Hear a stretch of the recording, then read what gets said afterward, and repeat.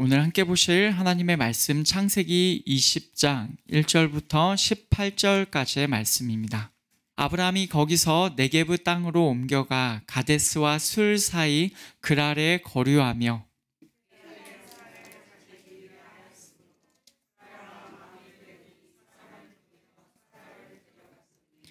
그 밤에 하나님이 아비멜렉에게 현몽하시고 그에게 이르시되 내가 데려간 이 여인으로 말미암아 내가 죽으리니 그는 남편이 있는 여자임이라.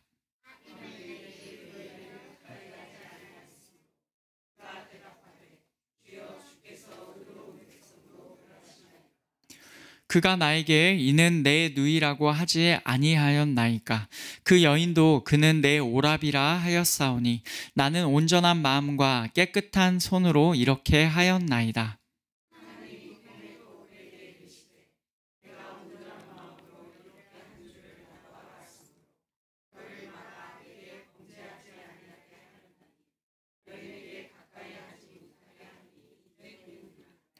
이제 그 사람의 아내를 돌려보내라. 그는 선지자라. 그가 너를 위하여 기도하리니 내가 살려니와 내가 돌려보내지 아니하면 너와 내게 속한 자가 다 반드시 죽을 줄 알지니라.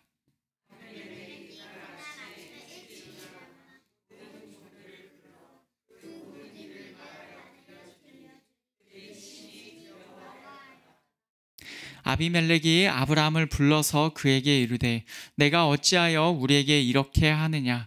내가 무슨 죄를 내게 범하였기에 내가 나와 내 나라가 큰 죄에 빠질 뻔하게 하였느냐.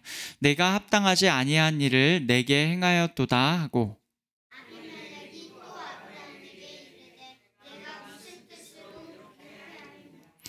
아브라함이 이르되 이곳에서는 하나님을 두려워함이 없으니 내 아내로 말미암아 사람들이 나를 죽일까 생각하였으며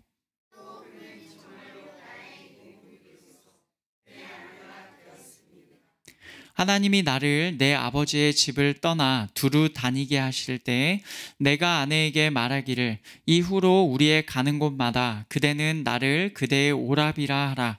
이것이 그대가 내게 베풀 은혜라 하였었노라.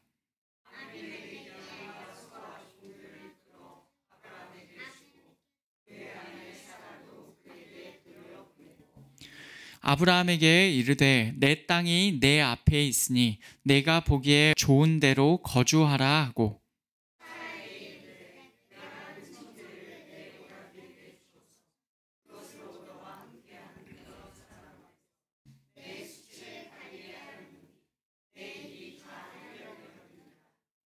아브라함이 하나님께 기도하매 하나님이 아비멜렉과 그의 아내와 여종을 치료하사 출산하게 하셨으니 여호와께서 이왕에 아브라함의 아내 사라의 일로 아비멜렉의 집의 모든 태를 닫으셨음이더라. 아멘. 우리가 지난 3주 동안 창세기 19장을 살펴보았습니다. 창세기 19장은 소돔과 고모라의 멸망에 관한 내용입니다.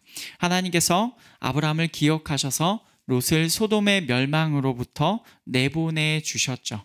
롯은 처음에는 산으로 도망하라는 명령을 들었지만 자기는 도저히 못 가겠다고 하면서 가까운 성읍으로 가게 해달라고 하였어요. 그 부탁에도 하나님께서는 들어주시죠. 그래서 그곳 성의 이름이 소알, 자금이라는 의미가 되고 소알을 멸망시키지 않으셨습니다. 롯은 소알에서 계속 있지 못하였고 산으로 가서 동굴 안에서 살았죠. 그곳에서 두 딸과의 관계 안에서 모압과 암몬 자손이 태어납니다. 이 일은 그 본문을 우리가 지난주에 따져볼 때 죄로 평가받았죠. 그들은 나중에 하나님의 백성 이스라엘에게 행한 일로 말미암아 하나님의 총회, 하나님의 백성이라는 이 테두리 안으로 들어오지 못하게 되었습니다. 하지만 예수 그리스도 안에서는 누구든지 차별 없이 하나님의 백성, 교회 안으로 들어올 수가 있죠. 이렇게 창세기 말씀에서는 계속해서 하나님께서 어떤 분이신지 그리고 하나님께서 당신의 백성에게 어떻게 은혜를 베푸시는지 하나님의 은혜에 관하여서 계속해서 보여주고 있습니다. 이제 오늘 말씀은 20장 말씀인데 잠시 롯의 이야기에서 이제 다시 아브라함의 이야기로 넘어갑니다. 먼저는 말씀의 내용을 우리가 간단히 살펴보고 이 말씀이 무엇을 말해주는지 이 말씀의 의미에 관하여서 함께 듣고자 합니다. 아브라함은 지금 이 시점에 헤브론 마물의 상수리 나무들 안에 있었어요. 그런데 20장에서 거처를 옮깁니다. 20장 1절을 보시면 아브라함이 거기서 네게브 땅으로 옮겨가 가데스와 술 사이 그랄에 거류하며 아멘. 이렇게 나오죠.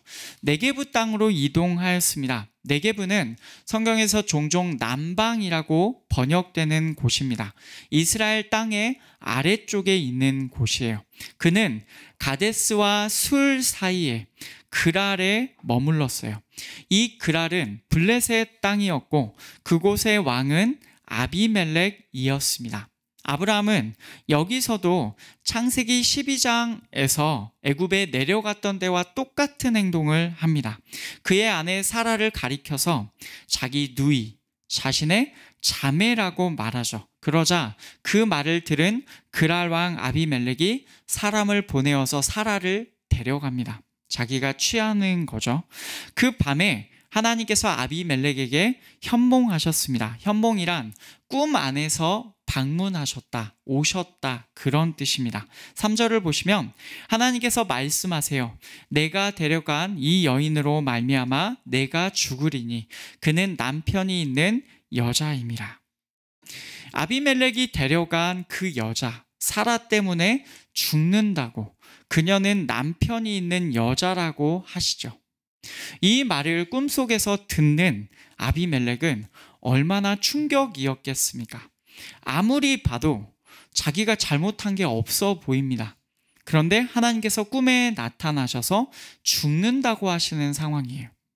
아비멜렉은 자신의 억울함을 하나님 앞에 토로합니다. 4절과 5절 이어지는 내용을 보시면 아비멜렉이 그 여인을 가까이 하지 아니하였습니다. 그래서 그가 이렇게 말해요.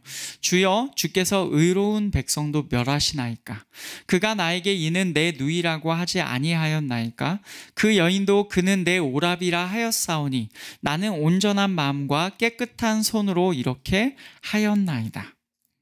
이때 아비멜렉은 그 여자 사라를 가까이 하지 않았고 그는 자신의 의로움을 강하게 주장해요. 아브라함이 사라를 가리켜서 이 여자는 내 자매다. 그리고 사라도 아브라함을 가리켜서 이 사람은 내 오빠다. 이렇게 말을 한 것이죠.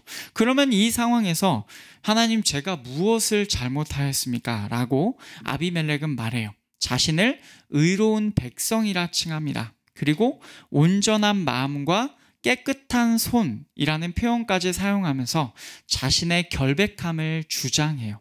지금 너가 죽는다라고 말씀하시는 하나님 앞에서 감히 이런 표현을 사용할 정도면 아비멜렉이 얼마나 억울했는지가 우리가 잘 알 수가 있겠죠. 이 아비멜렉의 말에 하나님께서도 인정하십니다. 6절, 7절을 보시면 내가 온전한 마음으로 이렇게 한 줄을 나도 알았으므로 너를 막아 내게 범죄하지 아니하게 하였나니 여인에게 가까이 하지 못하게 함이 이 때문이니라. 이렇게 말씀하세요. 아비멜렉이 온전한 마음으로 행한 것을 안다고 하시죠. 그래서 그가 죄짓지 않도록 범죄하지 않도록 막으셨다고 하십니다. 여자에게 가까이 하지 못하게 하나님께서 그렇게 하신 거예요. 이제 그 사람의 아내를 돌려보내라고 하나님께서는 말씀하십니다. 7절을 보시면 그는 선지자라, 아브라함은 선지자라고 말씀하시면서 그가 너를 위하여 기도하면 아비멜렉이 살 것이라고 하세요. 하지만 돌려보내지 않으면 아비멜렉과 아비멜렉에게 속한 모든 자가 반드시 죽을 것이다. 하나님께서 말씀하십니다. 아비멜렉은 이 말을 듣고 그날 아침에 일찍 일어납니다. 그리고 모든 종들을 불러요. 그리고 이 모든 일들을 말을 하죠. 그러자 그 사람들이 매우 두려워하였습니다. 이제 아비멜렉은 아브라함을 부르죠. 그리고 왜 이런 일을 행하였느냐? 너가 도대체 뭐냐? 뭐 이런 얘기를 합니다. 이때 아비멜렉이 하는 말을 자세히 보면 그가 얼마나 하나님을 두려워했는지가 보입니다. 9절입니다. 내가 어찌하여 우리에게 이렇게 하느냐? 내가 무슨 일을 내게 범하였기에 내가 나와 내 나라가 큰 죄에 빠질 뻔하게 하였느냐? 내가 합당하지 아니한 일을 내게 행하였도다 하고 이렇게 말을 하죠. 자기가 아브라함에게 무슨 죄를 범하였기에 이렇게 큰 죄에 빠질 뻔하게 만들었느냐 이렇게 말을 합니다. 합당하지 않은 일을 행하였다고 아브라함을 비난하죠. 자기들이 큰 죄에 빠질 뻔하게 하였다라는 말로 그렇게 아브라함을 비난합니다. 아브라함은 대답해요. 11절부터 보시면 이곳에서는 하나님을 두려워함이 없기 때문에 아내 때문에 자기가 죽임을 당할 것이다 라고 생각하였다 이렇게 말을 합니다. 그리고 실제로 사라는 아브라함의 이복 누이로 아내가 되었다고 하죠. 이복 누이. 아버지는 같은데 어머니가 다릅니다. 다른 어머니를 통해서 낳은 딸이라는 거죠. 그래서 누이긴 누이다. 그런데 내 아내가 되었다. 이렇게 말을 하는 것입니다. 13절을 보면 사실 이 일은요. 아브라함이 계획한 이 일은 훨씬 더 전으로 거슬러 올라갑니다. 아브라함은 하나님을 따라 아버지의 집, 즉 갈대아 사람들의 우르에서 나올 때부터 사라에게 이것을 미리 말해 두었습니다. 이후로 우리의 가는 곳마다 그대는 나를 그대의 오라비라 하라. 이것이 그대가 내게 베풀 은혜라 하였었노라. 이렇게 말했었어요.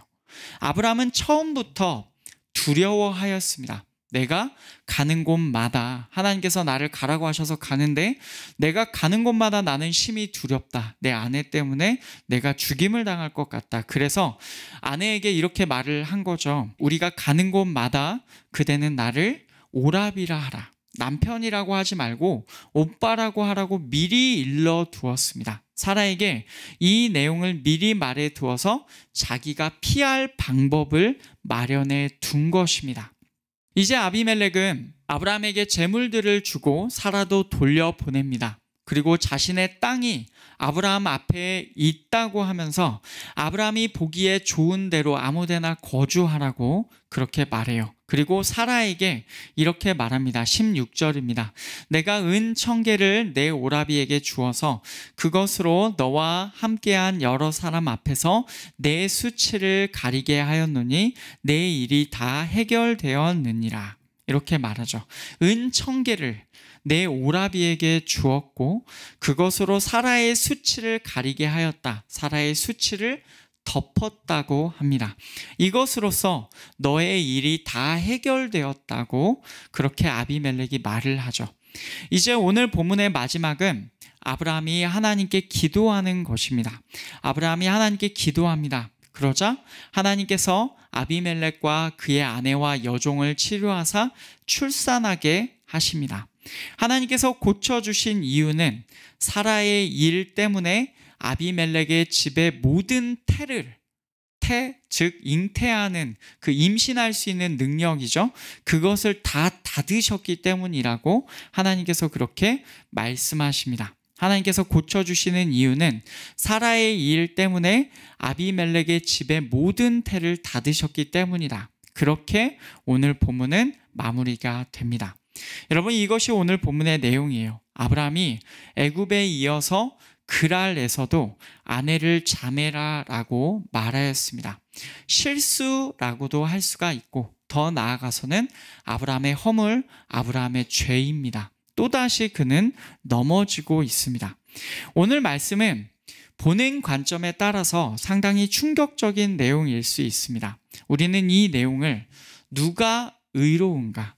의로움이란 무엇인가? 라는 의의 관점에서 오늘 본문을 살펴보려고 합니다. 이 내용에 나온 아브라함과 아비멜렉 중에서 여러분 누가 더 의롭습니까? 이 질문을 던져보겠습니다. 아비멜렉은 스스로 이렇게 주장하였어요.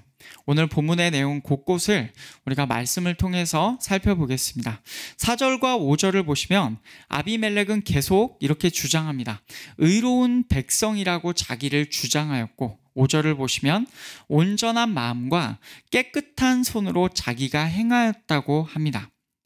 자기가 이렇게 말하는 것은 어떤 의미입니까? 자기는 의롭다, 자기는 불의하지 않습니다 라는 것을 하나님 앞에 계속 주장하고 있어요. 중요한 점은 그가 하나님 앞에서 이렇게 주장하였는데 하나님께서도 그 말이 옳다라고 인정하셨다는 점입니다. 6절을 보시면 내가 온전한 마음으로 이렇게 한 줄을 나도 알았으므로, 이렇게 말씀하시죠. 아비멜렉이 온전한 마음이었다. 하나님께서 바로 이어지는 6절에서 이렇게 말씀해 주십니다. 여러분, 그렇게 보면 아비멜렉은 그가 주장한 말 그대로 의로운 백성이었습니다. 그의 행동에는 의롭지 않은 일, 불의한 일이 없었습니다. 우리는 그렇게 말할 수 있어요. 게다가 아비멜렉은 하나님을 가리켜서 어떻게 말하냐면 4절을 다시 보시면 주여라고 표현합니다. 이 표현이 원문을 보시면 내 주여라는 표현이고, 이 표현은 우리가 전에 살펴본 아브라함과 롯이 하나님을 알아보고 사용하였던, 하나님께 사용하는 그 표현입니다. 그러면 이 표현을 통해서 우리가 알 수 있는 것은 아비멜렉은 하나님을 알아보고 이 표현을 사용하였다라는 것이죠. 여기서 아비멜렉은 하나님을 인정하였습니다. 우리가 여기서 아비멜렉의 의로운 모습을 하나 더 볼 수가 있는 거죠. 그리고 심지어 아브라함의 예상과는 다르게 아비멜렉과 그의 종들은 하나님을 두려워하기까지 하였어요. 처음에 아브라함은 아내를 자매라고 말하면서 이곳에서는 하나님을 두려워함이 없기 때문에 자기가 죽임을 당할까 생각하였다, 이렇게 말을 합니다. 아브라함이 처음에 그 모든 일을 꾸민 것이 이곳에서는 하나님을 두려워함이 없기 때문이다, 이렇게 말을 했어요.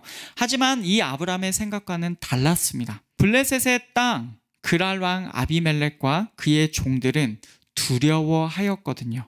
8절과 9절을 보시면 아비멜렉이 꿈에서 하나님이 나타나셔서 하신 모든 일들을 종들에게 말하자 종들이 심히 두려워하였습니다. 여기 나오죠? 심히 두려워하였더라.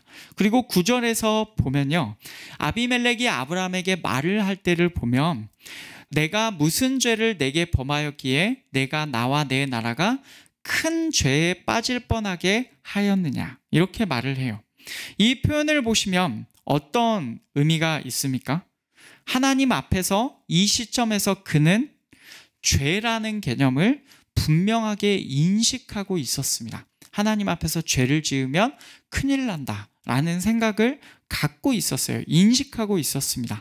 물론 이것은 그 전에 하나님께서 하셨던 말씀, 내가 너를 막아 범죄하지 않게 하였다, 죄짓지 않게 하였다라는 말씀에서 그가 깨달아 알았을 수도 있습니다. 하나님이 말씀을 하셨으니 이게 죄구나, 그 죄 지으면 안 되는구나 라는 생각을 했을 수 있어요. 하지만 분명하게 아비멜렉은 자기가 큰 죄를 지을 뻔하였다, 이렇게 분명히 자신의 입으로 표현하고 있습니다. 어쨌든 이 시점에서 그는 하나님을 두려워하였고 하나님께 죄를 짓는 것을 아주 걱정하고 있었던 것입니다.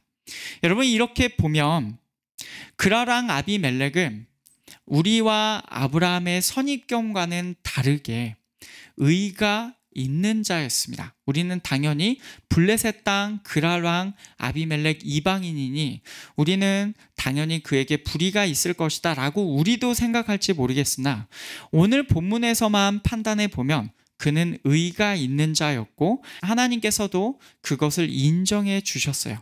여러 가지 그의 행동이 하나님 앞에서 그가 불의하지 않았다는 것을 분명하게 보여줍니다. 오히려 불의함은 아비멜렉이 아니라 아브라함에게 있었던 것으로 보여요. 이 모든 사건의 발단이 어디에서 비롯되었습니까?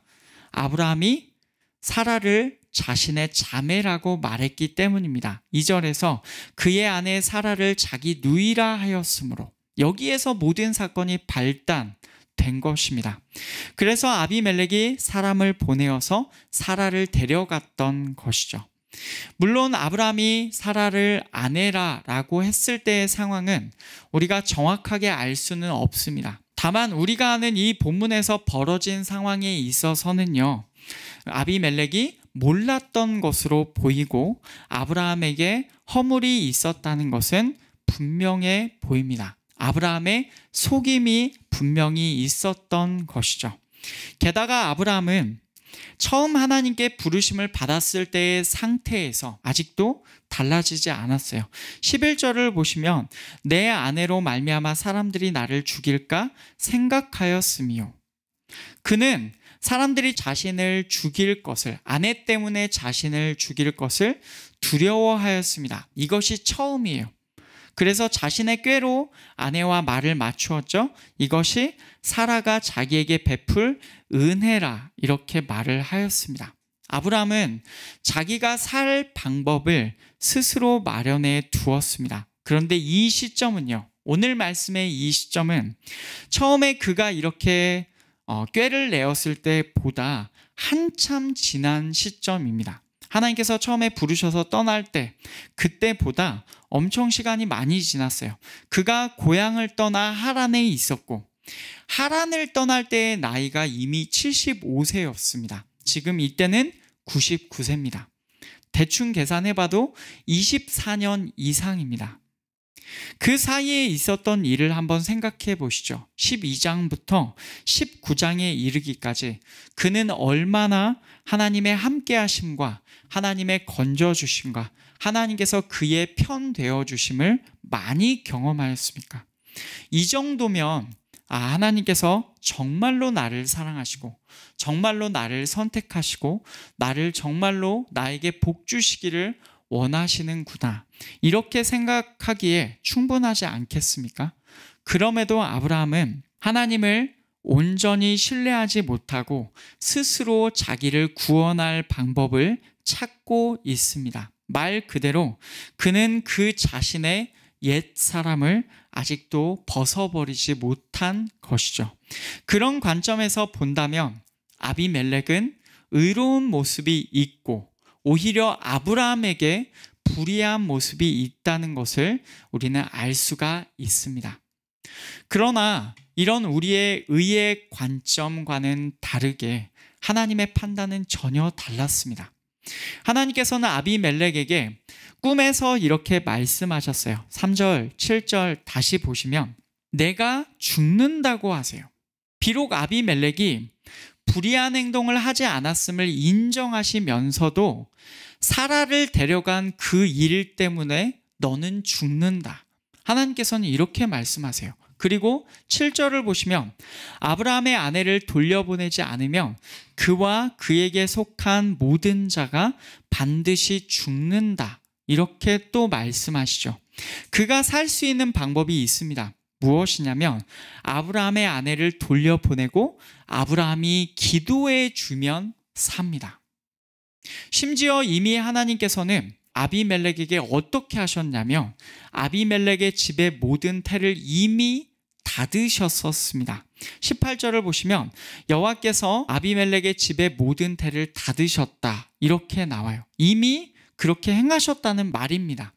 태를 닫으셨다는 말은 더 이상 그의 집에 생명이 태어날 수가 없다는 말이죠. 그 사건 자체로 죽음이 이미 그의 집에 임하였던 것입니다. 내가 죽는다. 정말로 그의 집에 죽음이 드리워진 겁니다. 하나님께서는 오히려 이 내용을 보면 아비멜렉을 꾸짖고 계시죠. 우리의 의의 기준에서는, 그리고 성경에서 보여주는 표현에 따르면 아비멜렉은 의로웠거든요. 그러나 하나님께서는 그럼에도 아비멜렉의 잘못을 지적하고 계시는 것입니다. 그러면 하나님께서는 아브라함을 어떻게 보셨을까요? 7절과 17절을 보시면 아브라함에 관하여서 하나님께서는 선지자라고 부르십니다. 그의 기도가 있으면 아비멜렉이 살 것이라고 그렇게 말씀하시죠. 그리고 그 말씀대로 17절에서 아브라함이 하나님께 기도하자 하나님께서는 아비멜렉의 집을 치료하셨습니다. 이 내용을 보면 오히려 아브라함에게 의가 있는 것처럼 생각이 듭니다. 아브라함이 기도하자 하나님께서 그 기도를 들으시고 아비멜렉의 집에서 죽음이 떠나가도록 하시죠. 하나님께서 인정하시는 의가 아비멜렉이 아니라 아브라함에게 있는 것이 보이십니까? 결국 아비멜렉은 어떻게 하냐면 아브라함을 의롭다고 인정하시는 이 하나님의 뜻에 온전히 굴복합니다. 16절을 보시면 은청개를 주죠. 그리고 그것을 통해서 수치를 가리게 하였다. 내 일이 다 해결되었다. 이렇게 말을 하는데 이 내용을 자세히 보시면 이 안에 중요한 의미가 들어 있습니다.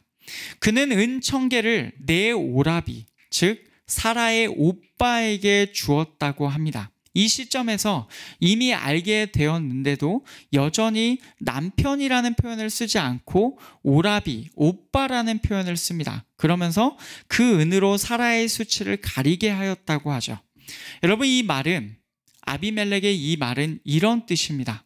아브라함을 내 오빠라고 내가 불렀고 그것이 분명히 속임수는 맞지만 그럼에도 내가 잘못한 일이 더 크다. 이렇게 말하는 것과 같아요. 이 모든 일을 볼 때 하나님이 판단하시는 게 옳다. 내가 틀렸다라고 말을 하고 있는 거예요. 그러면서 아비멜렉은 자신의 허물을 보상합니다. 은청개라는 대충 생각해 보아도 적지 않은 금액으로 분명하게 보상해 주고 있어요.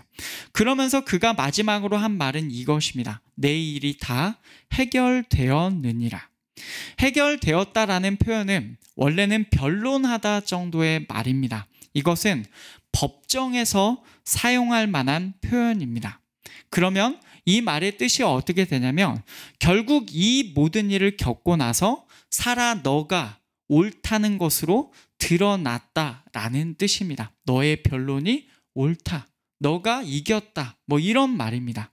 이것으로 아비멜렉은 하나님께서 편을 들어주시는 아브라함과 사라가 의롭다는 것을 인정하고 있는 거예요. 왜냐하면 하나님께서 그렇게 판단하셨기 때문입니다. 그리고 그 하나님의 판단을 아비멜렉은 더 옳다라고 인정하고 있습니다. 왜냐하면 그렇지 않으면 그가 죽게 될 상황이었거든요. 이렇게 하나님의 판결은 아비멜렉의 손이 아니라 아브라함과 사라의 손을 드셨습니다. 여기서 아브라함과 사라가 잘했다는 것이 아닙니다. 오히려 성경의 표현으로 분명히 밝혀주는 내용을 보면요. 아브라함과 사라가 불의하였고 아비멜렉에게 의가 있었던 것은 맞아요. 그러나 하나님께서는 그것을 뒤집어 엎으셔서 그럼에도 아비멜렉을 치시고 아브라함과 사라의 편을 들어주신 거죠. 그러면 오늘 말씀은 어떤 의미가 되겠습니까? 우리는 이 아브라함의 모습에서 하나님의 의의 기준을 볼 수 있어야 합니다. 하나님의 의의 기준은 무엇입니까? 그의 자격이나 그가 행한 일이 아닙니다. 하나님의 의의 기준은 전적으로 하나님의 부르심에 있습니다. 하나님께서는 아브라함을 부르셨고 그 부르심은 어떤 일이 있어도 변하지가 않아요. 로마서 11장 29절에서 이렇게 말씀합니다. 하나님의 은사와 부르심에는 후회하심이 없느니라. 아멘. 하나님의 은사와 하나님의 부르심에는 후회하심이 없어요. 하나님께서 아브라함을 부르신 이 부르심은 절대로 변하지가 않습니다. 아브라함을 향한 하나님의 은혜가 변하지 않는다는 것입니다. 계속해서 우리가 창세기에서 나오는 의인들을 몇 명 보았죠. 노아도 있었고 아브라함도 있었습니다. 그런데 우리는 그들이 정말로 어떤 의가 있어서 하나님께서 그렇게 보아주시는 것이 아니라는 것을 압니다. 그들이 의인이 된 것은 하나님께서 의인으로 여겨주셨기 때문입니다. 오늘 본문에서도 하나님께서 아브라함을 선지자라고 불러주셨죠. 여러분, 그것이 바로 아브라함에게 있어서는 의였던 것입니다. 그래서 아브라함이 하는 기도를 하나님께서 들어주시고 아비멜렉을 고치신 거예요. 그렇다고 한다면 우리는 의의 기준을 다시 잡아야 할 것입니다. 여러분 꼭 기억하십시오. 의는 절대로 우리 안에서, 타락한 사람의 안에서 나올 수가 없습니다. 의는 우리의 것이 아닙니다. 의는 철저하게 하나님으로부터 오고 하나님께서 우리를 의로 불러주시면 그것이 우리의 의인 것입니다. 우리 안에서는 의가 나올 수가 없어요. 오늘 본문에서 바로 이 아브라함은 참 선지자이신 예수님의 모습을 보여주고 있습니다. 예수께서는 정말로 참된 의인이시고 참된 선지자이셔서 그분이 우리의 죄를 위하여 기도하시면 하나님께서 그 기도를 들어주십니다. 요한일서 2장에서 이런 구절이 있어요. 요한일서 2장 1절과 2절입니다. 나의 자녀들아, 내가 이것을 너희에게 쓰면 너희로 죄를 범하지 않게 하려 함이라. 만일 누가 죄를 범하여도 아버지 앞에서 우리에게 대언자가 있으니 곧 의로우신 예수 그리스도시라. 그는 우리 죄를 위한 화목 제물이니 우리만 위할 뿐 아니요 온 세상의 죄를 위하심이라. 아멘.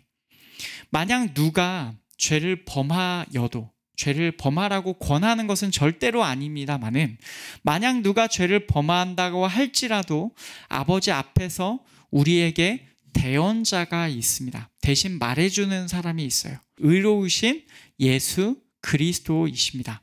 예수 그리스도, 그분은 정말로 의로우시다고 불릴만 합니다. 그분께는 하나님의 아들로서 참된 의가 있으십니다. 오늘 본문의 아비멜렉처럼 하나님 앞에서 우리의 죄가 있을 때 선지자 되시는 예수께서는 우리의 죄를 위하여 대언해 주시고 우리의 죄를 위하여 화목제물이 되어 주십니다. 마치 아브라함의 역할을 해주시는 거예요. 그분은 아브라함보다 크셔서 단지 기도만 하실 뿐만 아니라 직접 제물이 되셔서 대속까지 이루어 주셨습니다. 오늘 말씀에 나오는 선지자인 아브라함의 역할이 지금 우리에게는 원형으로 주어져 있는데 그분이 바로 예수님이십니다. 지금도 우리에게 함께 계셔서 우리의 의가 되셔서 하나님 사이에 중보해 주시는 예수님을 여러분 의지하시기를 원합니다. 우리의 의는 오직 그분 안에서만 발견됨을 믿으시기를 원합니다.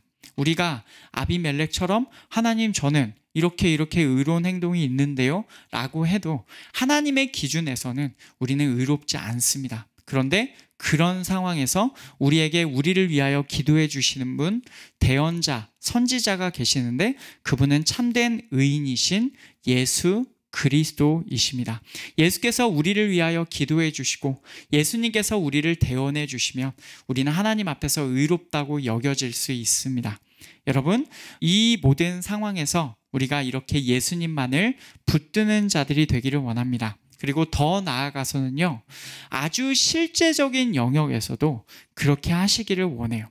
이 말은 어떤 뜻이냐면 아비멜렉의 집의 태가 닫힌 문제가 해결되었던 것처럼 우리의 단지 영적인 문제뿐만 아니라 우리의 아주 실제적인 삶의 영역, 현실적인 영역에서도 하나님의 도우심을 구하자, 예수님의 도와주심을 구하자라는 뜻입니다.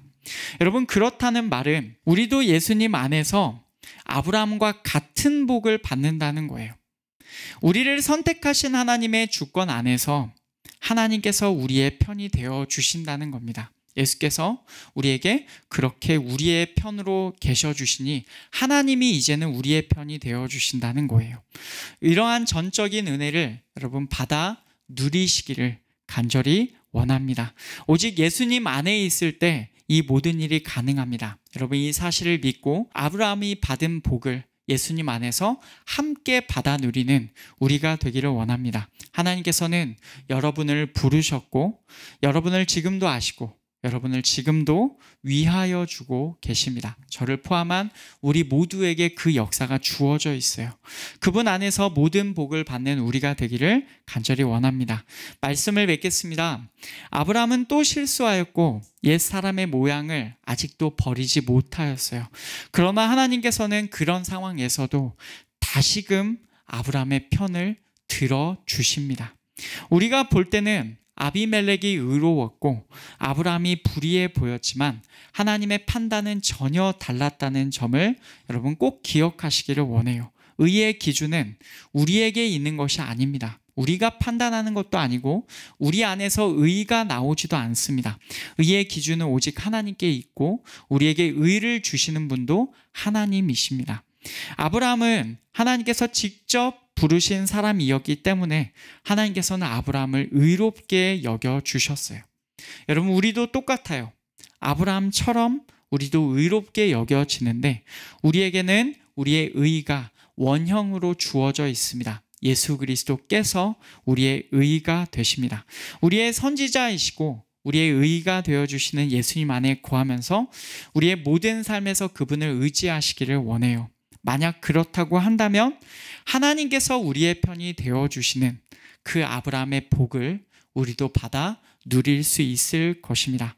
그분께서 우리를 예수님 안으로 부르셨고 우리도 아브라함처럼 은혜의 길로 하나님께서 인도해 주시리라 믿습니다. 여러분, 이 부르심은 절대로 흔들리지 않으니 여러분, 이 확실한 부르심 안에서 흔들리지 말고 걸어가시는 우리 모든 성도님들 되시기를 간절히 축복합니다.